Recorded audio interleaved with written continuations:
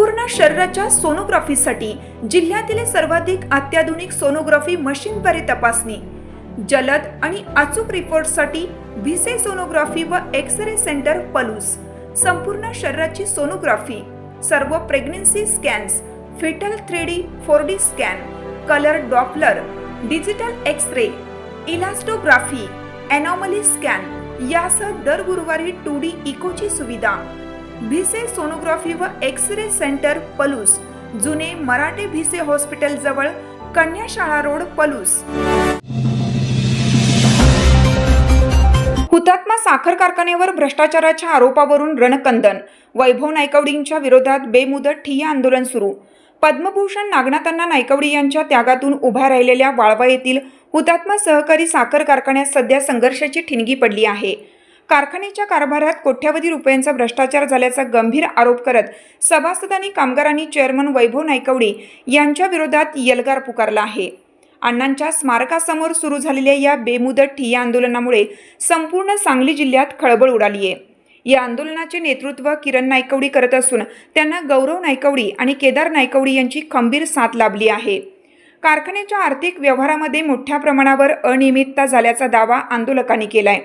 संस्थेच्या हितापेक्षा वैयक्तिक हित जोपासले जात असल्याचा आरोप करत जोपर्यंत या कथित भ्रष्टाचाराची सखोल चौकशी होत नाही आणि दोषींवर कठोर कारवाई केली जात नाही तोपर्यंत मागे हटणार नाही, असा पवित्रा सभासदांनी घेतला आहे।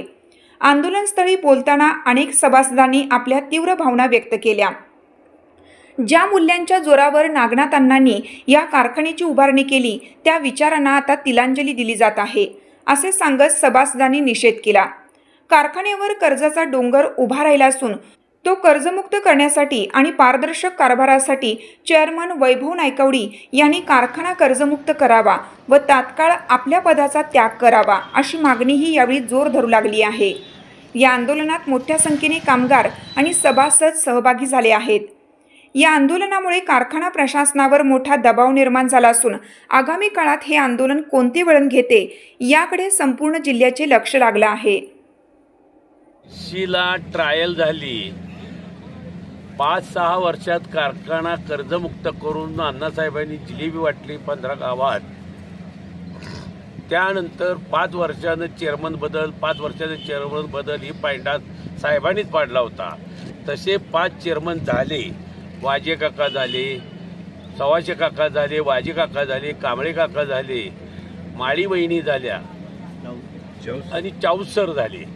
त्यानंतर वैभवला अभिहूड आग्रहानं चेअरमन केलं आणि 5 वर्ष झाल्यानंतर बदलायला पाहिजे होतं, ते बदललं नाही।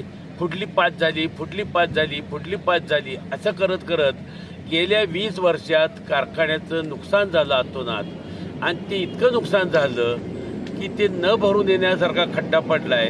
म्हणून या लोकांना सांगितलं, बाबा आपण आता निर्णयावर येऊया, चालढकली खाली घालून थांबण्यासारखं काही यात राहिलेलं नाही। आता विचार विनिमय करण्यात काही लोक म्हटली, तुम्ही घरगुती काय बसून मिटवायचं आहे, तोंडावर पडला वावरातला घरगुती काय मिटवायचं आहे। तर आत्ता काही नाही, सभासद आणि कामगार या लोकांनी एकत्र येऊन काही झालं तरी कारखाना कर्जमुक्त करायचा कारखाना आणि पुढची सोडायची पायउतार व्हायचं, या मुद्द्यावर आम्ही इथं बसलोय आणि रोजच बसणार आहे। 4 दिवसानं पुढलं पाऊल उचलू पुन्हा सर्वांच्या विचारानं।